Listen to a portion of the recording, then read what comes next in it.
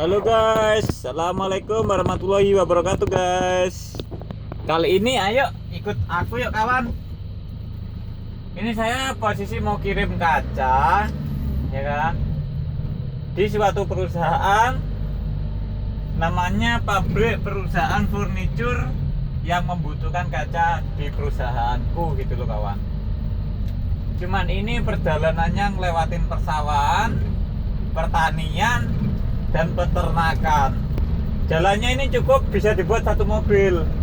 Jika ada mobil yang bersimpangan, salah satu harus mengalah kawan. Oh iya, kalau di Korea sini ada juga lowongan di sektor pertanian.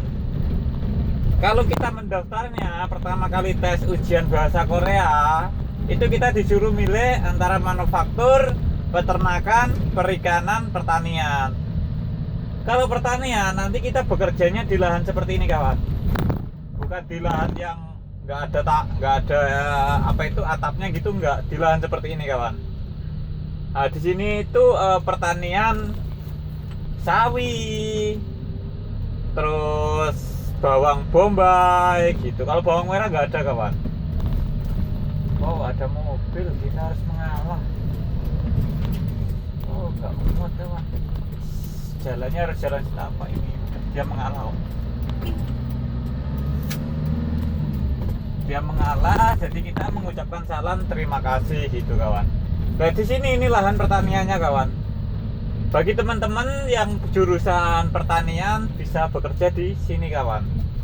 Paling ya kerjanya ngolah sawah, terus panen, pemupukan, sama apa itu namanya, untuk obat itulah, insektisida seperti itu kawan. Udah sampai kawan. Wah, ini harus ambil haluan. Wow, nggak muat jalannya. Oke, kita udah nyampe pabrik kawan.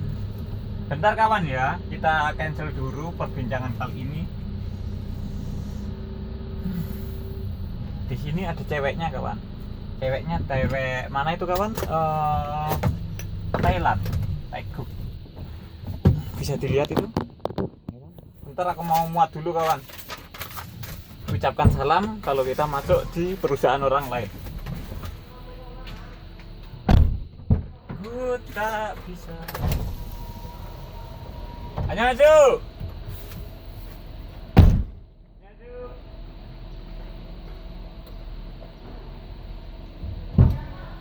Kita turunkan kacanya bentar kawan ya. Tunggu sebentar.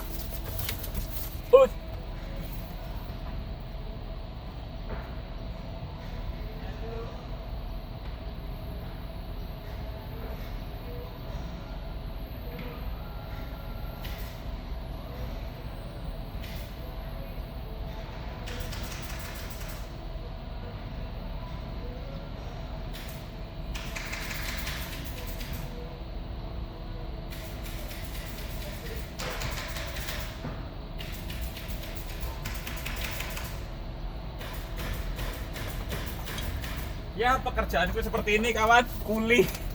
Tapi ya gimana lagi lah, namanya rezeki kawan.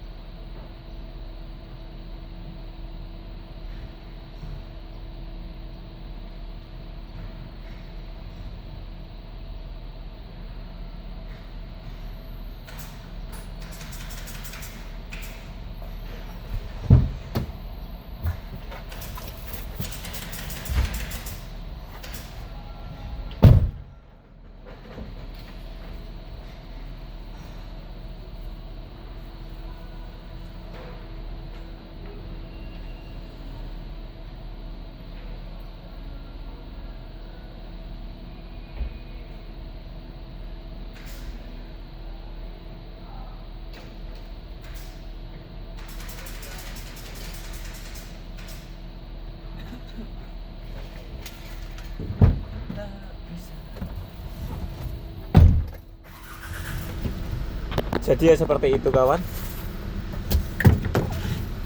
Yang dikirim cuma sedikit.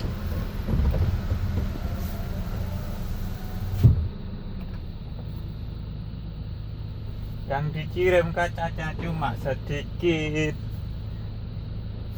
Ya gimana lagi? Yang namanya kita bekerja ya kawan ya.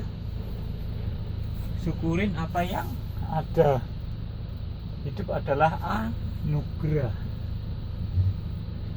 Tapi ngomong-ngomong ini jalannya sempit juga kawan. Ya Su. Itu bosnya itu. Bosnya. Ku tak bisa. Oke, good. Bismillahirrahmanirrahim.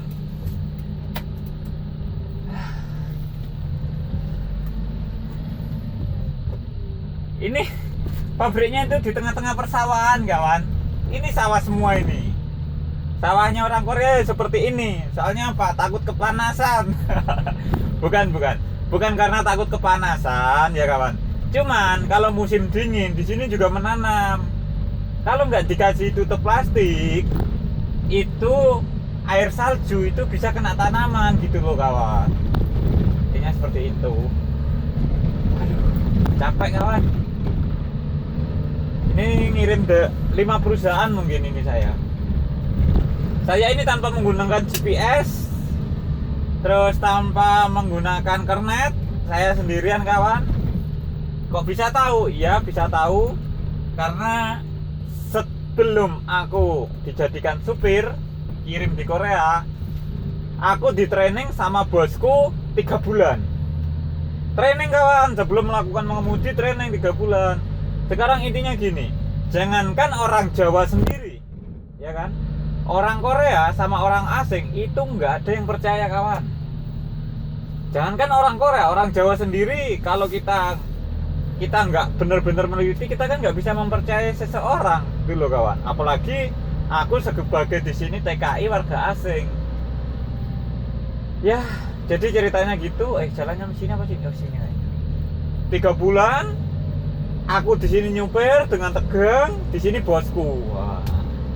Tapi aku sama bosku cuek aja, biarpun bosku banyak omong apa cuek. Yang penting aku niatnya bekerja baik. Ya udah, jika aku baik, aku yakin pasti akan dibaiki seseorang gitu loh kawan. Nah, jadi oh ini di pabrik ini alamatnya sini, oke bos, ya kan. Bentar simpangan kawan. Terus habis itu pabrik sini, alamat sini, oke. Nah, kalau sama bosku ya kawan ya, kita mengendarai gini, ada lampu merah masih kuning, kita terobos, itu kena pelanggaran pasal kawan. Ayo, kamu melanggar 1 kali ya. Habis itu apalagi ya, ngerem, agak rem mendadak, kena pasal 2 kali. Terus ketiga, belok nggak pakai riteng, kena pasal 3 kali.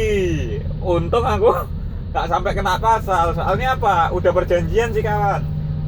3 bulan sama bos, kalau 3 bulan saya lolos, gaji saya dinaikkan 150.000 won, kalau dirupiahkan 1,5 juta kan dinaikkan. Tapi kalau dalam 3 bulan aku entah nyerempet, entah melanggar aturan, melanggar rambu-rambu, itu cancel, nggak dapat tambahan gaji.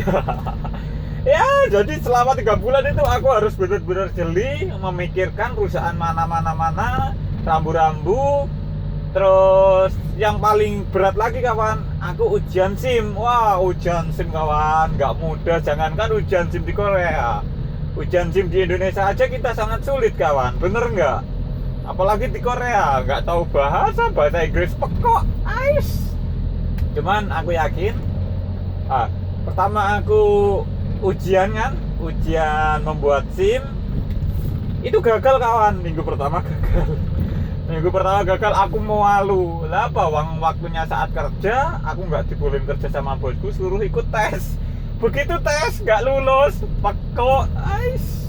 1 minggu aku gagal. Nah, 1 minggu selanjutnya aku belajar dengan tekun, aku dalamin. Alhamdulillah minggu keduanya aku ikut tes lagi, lulus.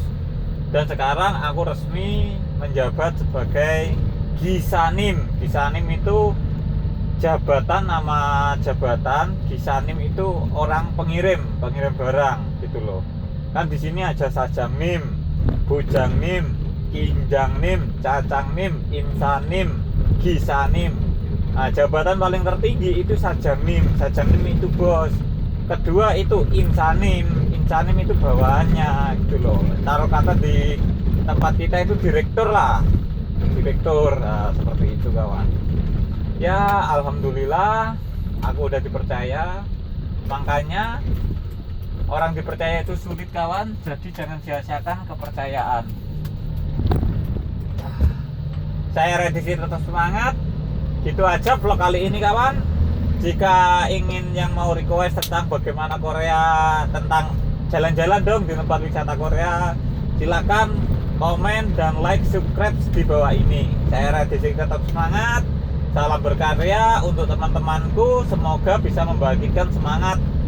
Wassalamualaikum warahmatullahi wabarakatuh. Terima kasih telah menonton video ini.